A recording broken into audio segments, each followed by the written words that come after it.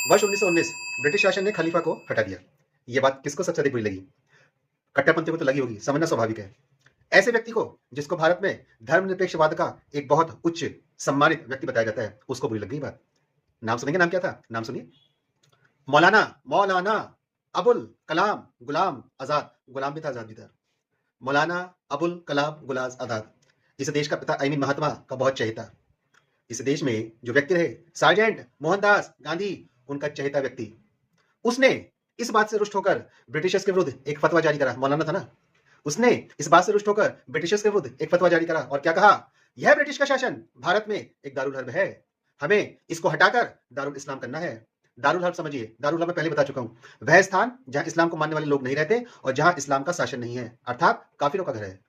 उस काफिरों के घर दारुल हर्ब को, इन काफिरों को हटाकर दारुल इस्लाम करना है। वह ऐसा व्यक्ति भारत का पहला शिक्षा मंत्री बना। सुन के आश्चर्य हुआ?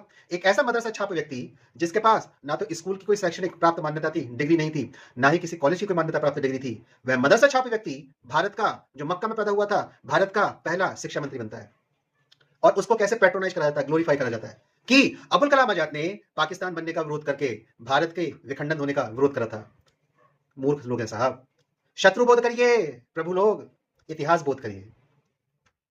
अब मैं आपको बताऊंगा तो सुनकर थोड़ी सी लज्जा आएगी और गुस्सा भी आएगा। उस फतवाबाज भारत का जो पहला शिक्षा मंत्री था, उसकी सोच यह थी कि हम छोटा पाकिस्तान क्यों लें? हमारे पुरखों ने यहां पर 800 वर्षों तक राज करा है।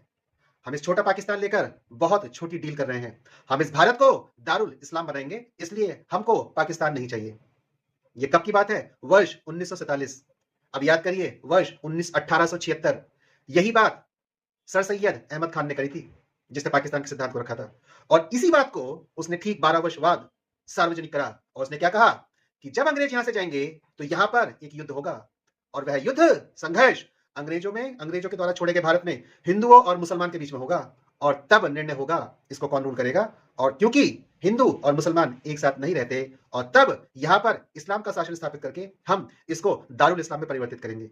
यही सोच वर्ष 1947 में कही गई। यही सोच पाकिस्तान के आर्मी चीफ मौलाना असीम मुनीर ने कही, और यही सोच आज तक हमारे कानों में पड़ रही है। यह सोच वहां जहां लिखी गई थी, जिन पन्नों पर लिखी गई थी, वहां से लेकर आज तक जीवित है। इसलिए महोदय, निवेदन है, शत्रु बोध करिए, इतिहास बोध करिए। अगर शत्रु बोध नहीं करा तो हम आने वाली जनरेशन के लिए खुद उनकी चिता की व्यवस्था करके जा रहे हैं। क्योंकि सीआरपीएफ का जवान, जिसको डिसमिस करा गया है, अपनी बुआ की लड़की से शादी कर चुका है, और वो भी पाकिस्तानी। छोड़ने वाले नहीं है बलात्कार करने से और मारने से। अगर आप किसी भ्रम में हैं तो ये आपकी समस्या है। क्षत्रिय धर्म का पालन करिए और मरने की बात मत करिए, 10 को मारकर बलिदान होने की बात करिए।